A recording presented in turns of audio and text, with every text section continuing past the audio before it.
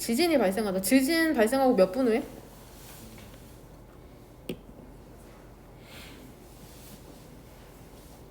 3분 후에 기사가 났죠. 그러니까 이거는 거의 뭐야? 지진이 나는 동안 글을 썼다는 거나 똑같은 거야. 그러니까 이 기술이 알려지게 된 큰 계기가 됐죠. 근데 보통 이 기술이 쓰일 수 있는 분야는 어디냐? 5번 문장에 따르면 자동적으로 기사를 쓸 수 있는 분야는 스포츠나 혹은 파이낸셜 뉴스. 그러니까 정형화된 분야만 글을 쓸 수 있네. 이게 한계냐? 이 한계가 극복돼 안 돼? 되고 있죠. 뭐 때문에 8번 문장에 나오는 새로운 기술인 뭐? IoT, 사물 인터넷이나 그치 AI 때문에 이게 지금 극복이 가능할 것 같다. 그러니까 글 쓰는 사람들도 이제 없어질 직업 위에 올라갈 수 있겠죠. 뭔 말인지 되냐? 글을 다 읽고 주제문을 다시 한번 찾아보도록 합시다. 1번 문장 보면은 2014년 3월 로스앤젤레스 타임즈에서 얘를 이렇게 끊으면 되겠죠. 날짜를 나타내는 2014에서 3월 2014년에 로스앤젤레스 타임즈가 보고했답니다. 4.7 매그너튜드 규모의 얼스퀘이크 지진을 도시에서 일어났던 지진이죠. 그쵸? 3분 후에. 근데 어떤 3분 후냐면 구조 파악을 하고 싶으면은 그냥 이렇게 하자. 어떤 3분 후냐면 그 우르릉거리는 소리가 멈춘 지 3분 후에. 이렇게 합시다. 그때 어떤 누구도 상상하지 못했답니다.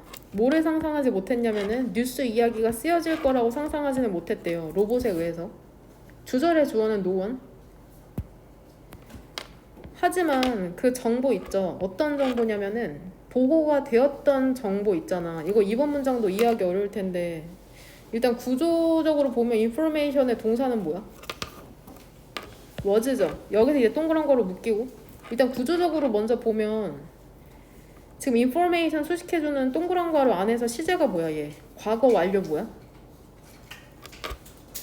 수동태죠? 되냐? 이 written이랑 published 이 PP 지금 이 세 개가 병렬되는 거다. 왜 과거 완료 시제를 썼을까? 과거 완료 시제 언제 써? 그쵸? 주절의 시제보다 더 먼저 일어났을 때. 그러니까 기준 시점이 얘인 거예요. 기준 시점. 기준 시점은 과거인 거죠. 이거를 안다는 전제야. 이거 해석이 또 병행돼야 되거든. 이거 조심해라. 이거 학행여고 2학년 기출인데 얘를 have been으로 바꿔서 출제할 때가 있거든. 내신에서는 had been인데 have been으로. 그럼 틀린 거다.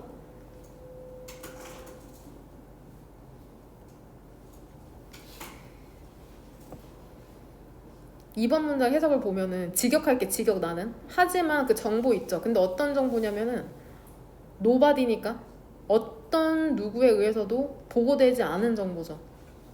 그리고 어떤 누구에 의해서도 쓰여지지 않은 정보죠. 그리고 어떤 누구에 의해서도 출판되지 않은 정보가 바로 뉴스였답니다. 모두가 읽고 있는. 여기서 결국 nobody라는 거는 몸이 없는 거잖아. 직역하면. 그러니까 사람이 아닌 것에 의해 쓰여진 걸 얘기하는 거야. 그러니까 결국 기계가 보고하고 기계에 의해서 쓰여지고 기계에 의해서 출판된 정보가 바로 모두가 읽는 그 뉴스였다. 그러니까 사람이 아니라 기계가 썼었다는 걸 얘기하는 거다. 노바디라는 건 바디, 노 바디. 무슨 말인지 되죠? 오른쪽에도 해석상으로 무명인? 뭐야? 무슨 말인지 할 거라고 생각한다. 그러니까 이번 문장에서 얘기하는 건 정보를 기계가 썼었다는 것을 이렇게 표현한 거다. 노바디. 사람, 몸을 갖고 있지 않은 기계. 되냐?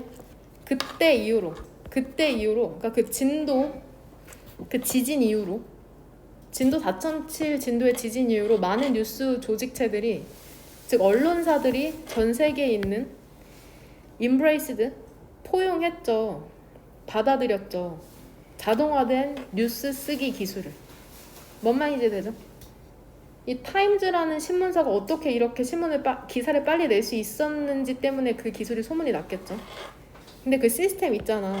이러한 기술 뒤에 있는 시스템이 뭐냐면은 자연어 생성 기술인데 당연히 이거 모르죠 뭔지. 그러니까 그리고 그것은 부연 설명 뭐를 포함하는지 알아? 자동 크리에이션 생성을 포함하죠. 글의 자동 생성. 근데 뭐로부터?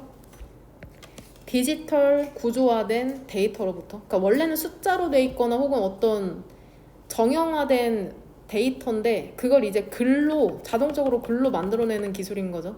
되냐? 동격 기술. 근데 이게 어떤 기술이냐면은 개발되어 왔던 기술이죠. 그리고 상용화되어 왔던 기술이죠. 지난 데케이드면 몇 년이야? 10년 동안. 이 기술이라는 건 결국 여기에서 얘들아 이 동격은 결국 뭐랑 동격인 거야? 뭐를 부연 설명하는 거야? 얘다 얘. 그러니까 쉽게 설명하면 이거 표신 안 해도 된다. 이 내가 지금 동그란 거로 2개 치는 게 전부 다 뭐 부연 설명해 주는 거야? 얘 부연 설명해 주는 거다. 응? 해석을 통해서 알 수 있다. 응? 오늘날 가장 분명한 그 예시 있잖아. 자동화된 저널리즘에 대한 이게 루틴, 일상적인 스포츠와 재정 뉴스랍니다. 그러니까 맨날 하는 그런 스포츠들 있죠. 큰 대회 말고. 몇 가지 이유가 설명해 준답니다. 왜 로봇 저널리즘이 확장이 될 수 없는지 아직은 어디까지? 다른 토픽에까지. 앤드릴 사이로는 전명이 병렬되는 거다. 익스펜디드 투 앤드 투 이렇게 되는 거다. 왜 로봇 저널리즘이 확장이 될 수 없는지 다른 토픽에까지 그리고 훨씬 더 복잡한 그 저널리즘의 글쓰기에까지 되냐? 이러한 이유 중에 하나가 뭐냐면은 absence, 부재죠. 없어. 적절한 데이터가 없답니다. 이러한 토픽들에 있어서. 그리고 그것은 so far 지금까지 장애물을 두고 있죠. 어디에? 이러한 기술의 발달에 있어서. 그러니까 뭐 문화나 예술이나 이런 것에 대해서 자동 글쓰기 하고 싶어도 거기에 대한 정형화된 데이터가 없는 거야. 그래서 로봇 글쓰기가 아직 거기까지는 커버하지 못하는 거죠. 이러한 한계라는 게 곧 근데 수동태적 극복됨, 애드벤트 나타난 거죠. 도래 문명사회의 도래 나타난 거잖아. IoT, 사물인터넷, 기가진이 같은 거 있죠. 사물인터넷과 AI의 도래로 인해서 그 뉴스 산업에 여기서 이러한 한계라는 거는 뭐를 얘기하는 거냐?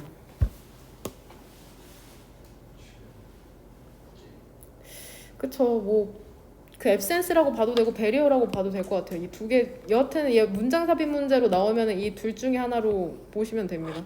8번이 문장 삽입 문제로 나오면 맨 마지막에 왜 넣어야 되는지 이 7번 문장에 나온 이 두 단어 때문에. 응? 만약에 어휘 문제로 출제되면 앱센스를 뭘로 바꿔도 돼? 존재 프레젠스. 지금 정탁이는 앱센스고 너는 프레젠스잖아. 응? 부재 존재 프레젠스.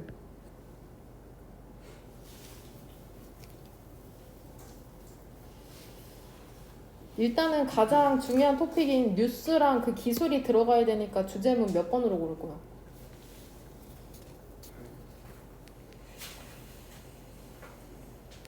8번에 뉴스가 없잖아. 아 뉴스 있네 쟤는. 8번도 괜찮고 3번도 괜찮고 하고 싶은 거 해라. 이미 니네가 한 줄 정리해야 되니까.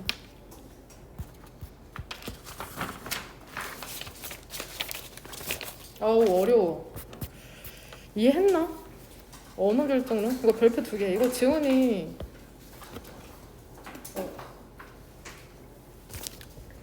이해. 일단 언어 결정론에 따르면 얘들아 우리가 생각하는 게 무엇에 의해서 영향을 받는다는 거냐. 언어에 의해서 영향을 받는다는 게 언어 결정론이거든. 여기까지는 괜찮아? 우리가 생각하는 건 언어에 의해서 한정지어진다는 건데 그 구체적인 사례 언어로 뭐가 나와? 이번 문장에 따르면 영어랑 만다린 차이니즈 하면은 표준 중국어 얘기하는 거다. 그 영어 사용하는 사람이랑 중국어 사용하는 사람을 이제 대조하는데 여기서 나오는 표현이 vertical이랑 horizontal이라는 표현이 나오거든. 이해하나? vertical은 뜻이 뭐냐? 직이다. 수직, vertical 수직. 수평선이나 지평선이라는 표현 들어봤죠? 수평선은 이거, 가로, 수평. 돼? 여기까지 이해를 했다면 봐봐. 정리를 하고 들어가야 될 것 같아. 영어 사용자랑 이거 쓰지 마야지. 그냥 보기만. 영어 사용자랑 중국어 사용자가 있잖아. 우리 맨날 영어 할 때 시제 관련해서 배우면 선생님들이 뭐 수직 그려, 수평 그려. 평 그리자. 이거 그려서 과거, 현재, 미래 얘기하잖아. 그러니까 영어 사용자들은 시간선상을 뭘로 이해해? 평으로 이해한다는 거야. 뭔 말인지 이해돼? 중국어 사용자는 수평으로 이해해, 안 해? 해, 안 해? 해? 근데 뭐로도 이해해? 직으로도 이해한다는 게 포인트야. 영어 사용자는 수평으로만 언어를 이해해. 근데 중국어 사용자는 직으로도 이해한다. 이것까지 써놔. 그 펜 색깔 다르게 해서. 이 vertical이랑 horizontal 얘 꼭 이해해야 된다. horizontal은 가로다. vertical은 세로고.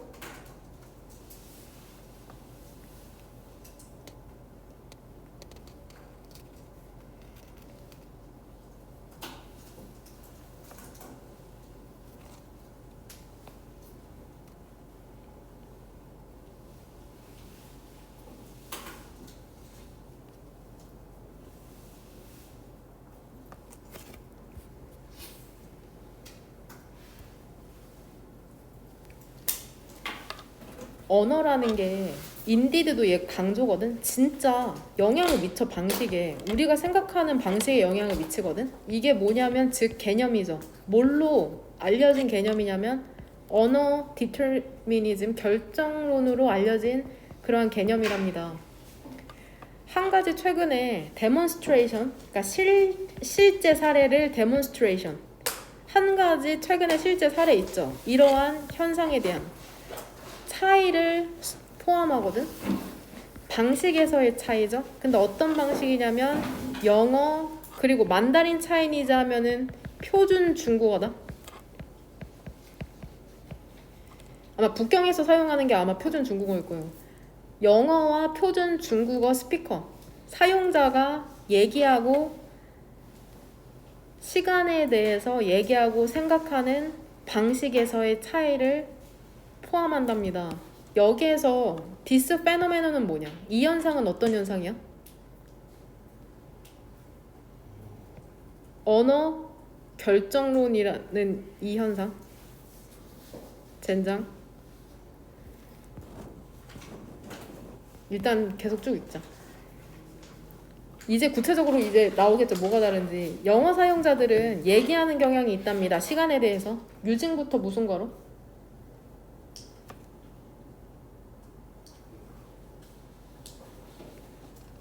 쉼표가 없어도 고3 때 수능 볼 애들은 특히 고3 때는 뮤징이 분사구문으로 엄청 많이 사용돼. 쉼표가 없어도 분사구문인지 어떻게 파악할 수 있을까 얘들아? 해석상 이 뮤징 세모가로 어디에서 끊기냐? 해석 의미상.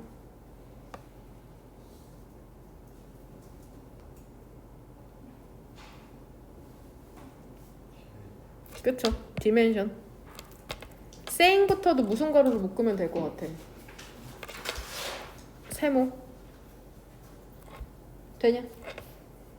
끝까지 묶으면 된다. 여기까지. 돼? 그러니까 분사구문이 지금 두 개 이렇게 나오는 거야. using이랑 saying. 구조에 대한 이해와 해석에 대한 이해가 있어야 된다. 3번 문장에서 주절의 주어는 speakers, 동사는 tend to잖아. using이랑 saying으로 시작하는 분사구문이 두 개. 한번 봐봐. 해석되는지. 한번 봐봐. 영어 사용자들은 시간에 대해서 얘기하는 경향이 있답니다. 사용하면서 용어를. 근데 어떤 용어를 사용해? 변화를 묘사하는 용어죠. 무엇에 따라서? horizontal, 수평적인 차원에 따라서 이해되죠? 수평 영어 선생님이 그리던 그 수평 이 얼롱 이런 느낌의 애들 여기 화면 봐봐. 얼롱 진행 이런 느낌 되냐? 따라서 예를 들어서 saying 얘기하면서 어떠한 것을 예를 들면 어떠한 거 I'm running behind schedule 하면 스케줄을 일정이라고 봐봐. 어떤 대상이라고 봤을 때 일정 뒤에서 뛰고 있는 거니까 내가 앞에 있는 거야? 일정이 앞에 있는 거야? 일정이 앞에 있는 거다? 그러니까 내가 뒤처지고 있다는 거잖아.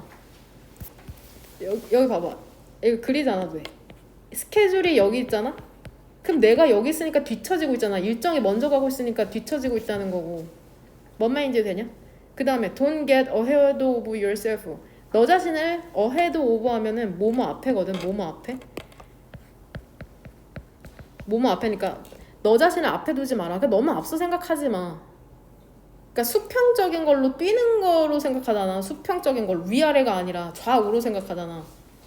그거에 대한 예시다. 뭔 말인지 이해되니? 4번.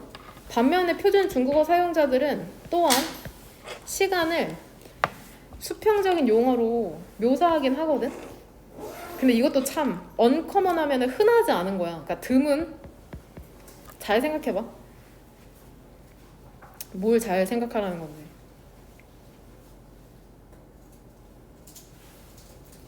뭐 인천에서 서울대에 가는 학생들이 나오는 거는 드물지 않은 이렇게 해석하면 불인데 드물지 않다. 인천에서 서울대 가는 학생들이 발생하는 건 드물지 않은 일이다. 그 말인즉슨 발생하긴 한다는 걸 얘기하는 거거든. 드물지 않다. 드물다라는 거는 잘 발생하지 않는다는 거고. 아, 그러니까 이거 아주 쉽게 초딩처럼 설명하면 이거야. 이 not이고 on이고 전부 다 부정어잖아. 얘를 그냥 상쇄시키면 되거든. 그러니까 일반적이라고 해석하면 돼. 그냥 이렇게 단순화시켜서. 일반적이다. 뭐가 일반적이냐면 이투 가주어진 조. 용어를 사용하는 게 일반적이랍니다. 근데 어떤 용어냐면은 수직적인 배열과 관련된 용어를 사용하는 것 또한 일반적이래. 그러니까 4번 문장에서 얘기하는 건 질문을 하면 표준 중국어 사용하는 사람들도 호리젠탈로 사용해 언어? 버티컬로도 사용해? 해? 둘 다 사용한다는 거야. 표준 중국인들은 중국어 하는 사람들은 예를 들어서 과거라는 게 수동태 뭐라고 묘사되기도 해? being up 떠오르는 것으로 묘사되기도 한답니다. 그리고 여기 뭐가 생략되어 있을까? future이랑 애들 사이에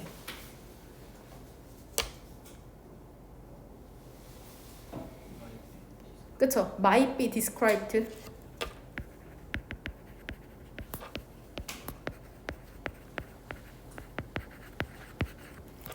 미래라는 것은 다운 아래로 묘사될 수 있대. 그러니까 뭐 아주 이런 과거의 기억이 떠올랐다. 우리 이런 묘사하잖아. 과거의 기억이 떠올랐다. 떠오르다. 그런 걸로 이해하면 된다.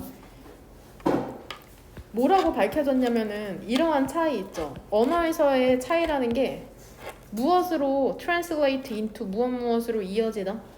차이로 이어질 수 있죠. 그 수행에서의 인지 테스트에서.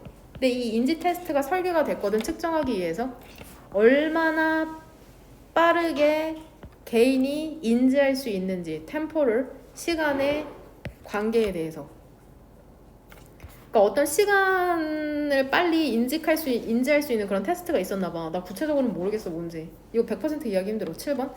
특히 1년에 업무가 주어졌을 때 근데 무엇에 대한 업무냐면은 수직적 프라이밍과 관련된 1년의 업무가 주어졌을 때 그러니까 수직이니까 얘들아 중국인들에게 있는 개념이야 없는 개념이야?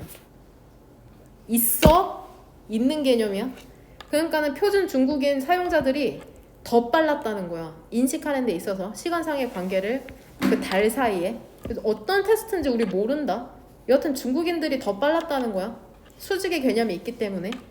실제로 이 사람이 어떤 사람이냐면 동격 celebrated 유명한 인지과학자인데 간주동사죠. 이러한 결과를 암시하는 걸로 보았답니다. 뭐를 암시하는 거냐면 언어 습관 있죠. 니네가 아무 생각 없이 하는 그런 말. 언어 습관이라는 게 실제로 사고의 습관을 촉진시킨다는 거죠. 언어가 우리의 생각을 틀을 결정한다는 거다. 언어가. 무슨 말인지 이해되죠, 얘들아? 응? 주제문은 2번으로 고르시면 됩니다. 2번. 밑에는 다 구체적인 사례죠. 어떻게 다른지에 대해서.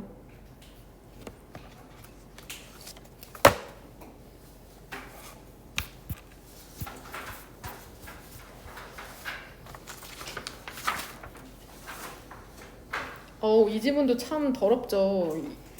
어우.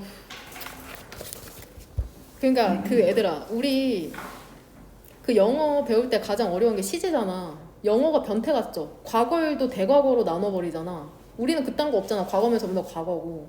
그러니까 한국 사람이나 중국 사람이나 우리는 과거, 현재, 미래를 약간 통합된 걸로 인지하거든. 여기까지는 괜찮아? 근데 영어를 사용하는 사람들은 과거, 현재, 미래를 분리시켜서 생각하기 때문에 카드 빚으로 부채로 엄청 고생하는 사람들 있잖아. 카드 빚, 미래 혹은 뭐 어떤 병으로 질병으로 죽는다든지 그런 확률로 죽는 사람들이 영어권 국가에 더 많다는 거야. 왜냐면 그 사람들은 어때? 현재만 살고 미래는 진짜 미래의 나에게 분리시켜서 생각하는 거지. 근데 한국이나 그 중국어 사용하는 사람들은 과거, 현재, 미래를 뭉뚱그려서 생각하기 때문에 그런 부채나 혹은 어떤 장기적으로 건강 문제에 시달릴 확률이 적다? 이런 질문이 나온 적이 있다. 언어가 결국엔 그 사람들의 사고에 영향을 미친 거겠죠. 21번 질문 보면은 이 질문도 참 나는 이거 그냥 읽고서는 지나가면 될 것 같아. 이거 결국에는 이 사람 뭐랑 뭐를 구분하고 싶냐. 그쵸? 지속 가능한 투어리즘이랑 에코 투어리즘을 이 사람 차이가 있다고 이 사람이 얘기하지. 근데 나는 읽어도 뭔 차이인지 모르겠어 사실. 에코 투어리즘에 대한 정의가 몇 번 문장에 나와?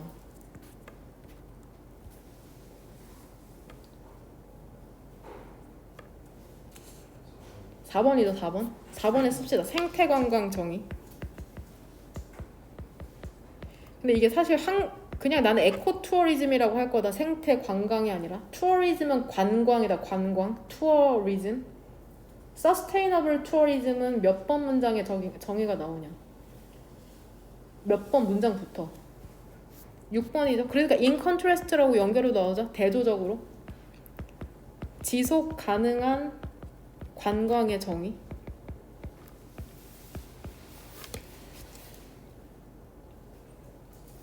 주제문은 3번으로 고르면 되고 4번부터 이제 거기에 대한 구체적으로 뭐가 다른지를 정의해 주는 건데 내가 보기엔 이거 뼛속 깊이 이해되진 않는데 봐봐. 4번 문장 이 부분. 에코투어리즘에 대한 가장 결정적인 정의는 이 부분에 1번 연관펜 쳐놓고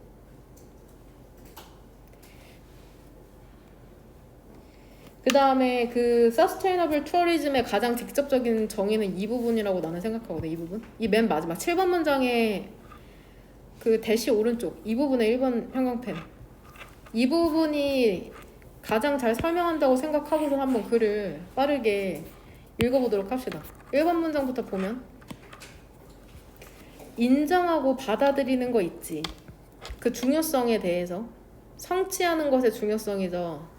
그 지속 가능한 투어리즘을 그러니까 지속 가능한 관광업을 이루어내는 게 중요하다는 것을 인정하고 받아들이는 것이 얘 대표 동사 기억나죠? give rise to 무엇을 야기하고 있냐면은 에코 투어리즘의 개념을 그쵸 만들어내고 있답니다.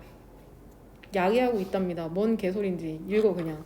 실제로 관광업 세계에서 그 용어 지속 가능한 관광업과 에코투어리즘이라는 게 결국에는 주어 그냥 이렇게 묶으시면 돼요. 이게 사용이 되는 거죠. interchangeably 서로 바꿔서. 얘들아 관광업 하는 사람들도 이 용어 어때? 서로 헷갈려서 막 바꿔서 사용한다는 거 얘네들도 차이 잘 몰라 사실. 그러니까 막 바꿔서 사용한다잖아. 그것들이 확실히 strongly 강하게 연결돼 있긴 해. 그 개념이 그러니까 교집합이 있나 봐. 근데 각각은 특정한 미묘한 차이, 뉘앙스를 포함하고 있답니다. 근데 이 뉘앙스라는 게 어때? many 주어, 많은 사람들이 중요하다고 여기는 특정한 뉘앙스를 포함하고 있는 거죠. 얘 that은 무슨격 관계대명사야? 그렇죠. 목적격 관계대명사니까는 regard A as B에서 그 A가 빠져 있는 거죠. A 되냐? 관광업에서도 교차해서 사용하지만 많은 사람들이 이 차이가 있다고 생각하는 거죠. 그 차이가 뭔지 읽어보면 한 가지 관점에서 에코투어리즘의 개념이라는 것은 더 큰 관심을 전달하는 거죠. 그러니까 에코투어리즘이 뭐냐? 기본적인 obligation, 의무에 대한 관심이야. 모든 여행자에 대해서. 근데 뭐 해야 된다는 거야, 얘들아? 어보이드 뒤쪽으로 받을 수 있는 목적어 동명사밖에 없는 거 알죠? 그러니까 이게 하밍, 응? 젠장 이게 중요한 게 아닌데? 얘들아 이거 and를 사이로 병렬되는 게 뭐야? to protect랑 뭐야? to avoid? 이 두 개 병렬되는 거?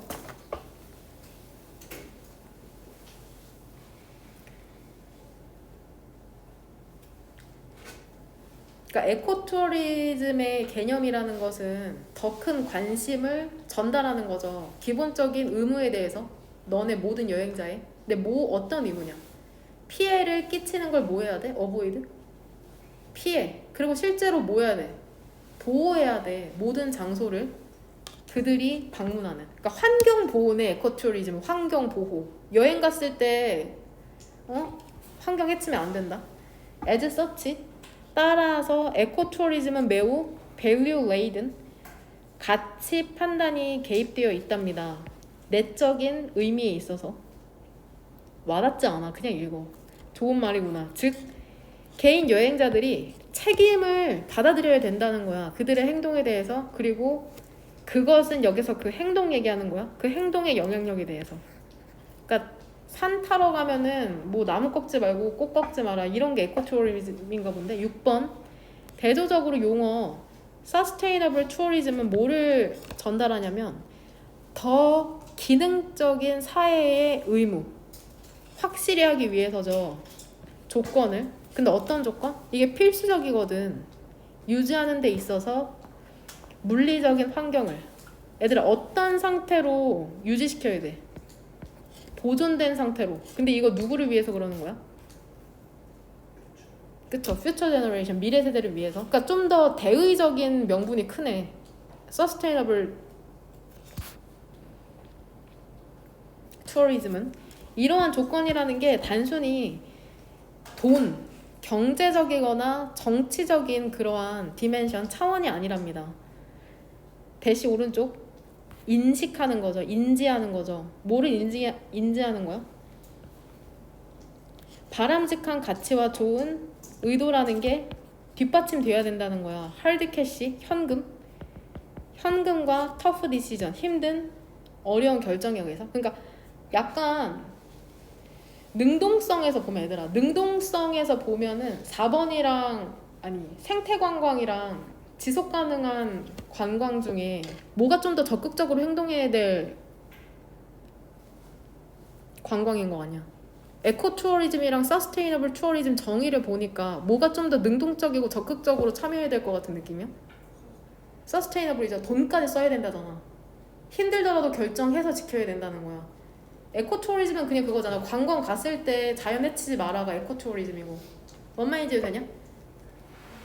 아유, 난 모르겠다. 관광 관련 학과 가면 배우는 건가 봐. 왜 이렇게 질문 어려운 거냐 이거 진짜. 하지만 우리에게 주어진 시간은 12분. 일단은 주제문은 1번이죠. 1번. 그러니까 그 냉부 있죠. 냉장고를 부탁해 같은 그러한 요리 프로그램 생각하면서 보면은 될 것 같아요. 얘들아 그 요리 프로그램에 사실 화면에 비춰지는 친구들은 몇 명 없잖아. 근데 실제로 그 뒤에서 일하는 사람들이 겁내 뭐하다는 거야? 많다. 이 얘기를 하는 게 지금 이 지문이라고 생각하면 된다. 3번 형광펜으로 hidden labor 이 숨겨진 노동에 대해서 지금 얘기하고 있다. 요리 프로그램에. 되냐? hidden labor이랑 같은 표현으로 이번 문장에 어떤 표현이 나와? invisible labor 같은 표현이죠? 그 얘들아 요리 프로그램 보면은 PPL 광고 받은 거 아니면은 그 라벨 같은 거 다 가려야 되잖아. 그쵸? 거기에 몇 명 쓰인대. 3번 문장에 따르면 그런 일 하는 사람 몇 명? 2명? 되냐? 기본적인 쇼에서 그냥 일하는 사람들이 대략 4번 문장에 따르면은 몇 명이냐? 안 보이는 곳에서 15명에서 20명. 뭔 말인지 이해돼? 그러면서 그 호스트들에 대한 얘기도 나오죠. 6번 문장에 따르면 호스트들이 그냥 지멋대로 움직여? 아니죠. 못 끼고 있어? 이어폰 낀 채로 지시를 기다리잖아. 그쵸? 어떻게 뭐 손동작 해야 되고 어떻게 해야지 중요한 그 재료 가리지 않는지. 그러니까 우리가 별거 아니라고 생각하는 그 엄청 간단한 쇼도 사실은 엄청 많은 노동이 숨겨져 있다가 이 글의 포인트다. 뭔 말인지 되냐? 요즘 유튜브 같은 데 보면 막 술 마시면서 얘기하고 엄청 캐주얼하게 얘기하는 프로 많잖아. 뭐 바퀴 달린 입? 논란 많지만 그 곽튜브 나오는 거? 뱃사공이랑? 국어 문장 봐봐. 심지어는 그런 쇼 있죠. 캐주얼 컨버세이션. 막 걔네 욕하고 별거 아닌 것 같은 이런 일상 쇼조차도 시청자들에게 뭐를 제시해? 아주 조심스럽게 구성된 경험. 엄청난 노력이 사실은 들어간다는 거야. 그 밖에는 몇십 명이. 화면 밖에서는. 되냐? 1번 문장. 놀랍지 않게도 그러니까 당연히 그 푸드 엔터테인먼트 음식 오락 매체라는 게 무엇에 의존하는지 알아? 그것 자신의 숨겨진 노동에 의존을 한다는 거죠. 시각적 구경거리를 만들어내기 위해서 여기에서는 페이지, 인터넷 페이지나 TV 스크린이나 뭐 그 아이패드나 휴대폰 스크린 얘기하는 거겠죠? 구체적인 사례 시작된다. 2번 문장부터 한번 생각해봐. 보이지 않는 노동을. 근데 이 노동이라는 게 수반이 되죠. 쇼를 put together 만드는데 어디에? 케이블 푸드 채널에. 되냐? 이 채널이라는 게 인플로이 사용하다 고용하다 두 사람을 고용하거든. 근데 그 사람들의 일이라는 것은 커버업 가리는 거죠. 브랜드 네임 라벨을. 되냐? 오뚜기 이런 거. 그 상품에서. 근데 이게 어떤 상품이야? on the air 방송 중에 사용되는 상품의 라벨, 브랜드 라벨을 가리는 일이죠. 아우. 얘들아, 얘 후주가 왜 중요해? 얘 무슨격 관계대명사야? 소유격 관계대명사는 예외적으로 뒤에 문장이 어때? 완전한 문장 나오는 거? 예외이기 때문에 시험 문제 출제될 가능성이 높다. 15에서 20명의 사람들이 일을 하는 거죠. 스크린 뒤쪽에서. 그러니까 스크린에 비치지 않죠. 스크린에 비치지 않는 일을 하는 거죠. 기본적인 그 요리쇼를 위해서. 네트워크 상에. 여기서 네트워크라는 건 뭐 케이블일 수도 있고 인터넷일 수도 있고. culinary 요리의 즉 요리 프로그램의 프로듀서 제작자들은 또 어떤 책임이 있는지 알아? 모든 세부사항들의 책임이 있어. 한 에피소드에. 플래닝부터 역시나 분사구문이죠. 얘도 구조 5번 문장이 중요하다. 계획하면서 모든 것을 계획하죠. 근데 이 모든 것에 대한 구체적인 사례로 from A to B 보여? from A to B 이렇게 되는 거다. 응? 여기서 from A to B는 예시죠. 예시. 모든 것을 계획하는 거죠. 그 요리 프로듀서가 뭐를 계획하냐면 수압 아웃하면 수압이 원래 바꾸다라는 뜻이거든.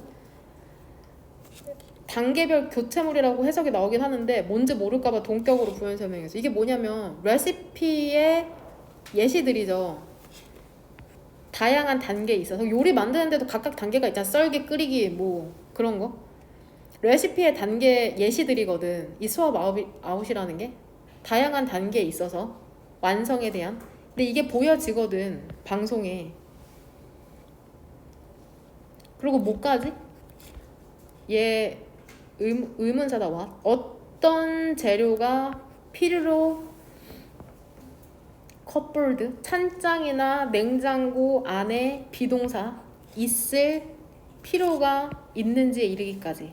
그러니까 화면이 전환될 때마다 어떤 스왑 아웃, 단계별 교체물이 있어야 되고 찬장이나 냉장고 안에는 어떠한 재료들이 있어야 되는지 이런 거 전부 다 설계하는 사람이 커리너리 프로듀서다. 분사구문 여기서 끝나고. 되냐? 여기서 또 문법적으로 중요한 게 최소한 이 봐봐. 화면 봐봐. 얘 대세선행사가 뭐는 아니냐. 최소. 바로 왼쪽에 있는 completion은 아니라는 거 알겠죠? 응. 왜냐면은 얘 복수 비동사잖아. 방송에 보여지는 얘 선행사 얘라고 보면 된다. 수업 아웃츠.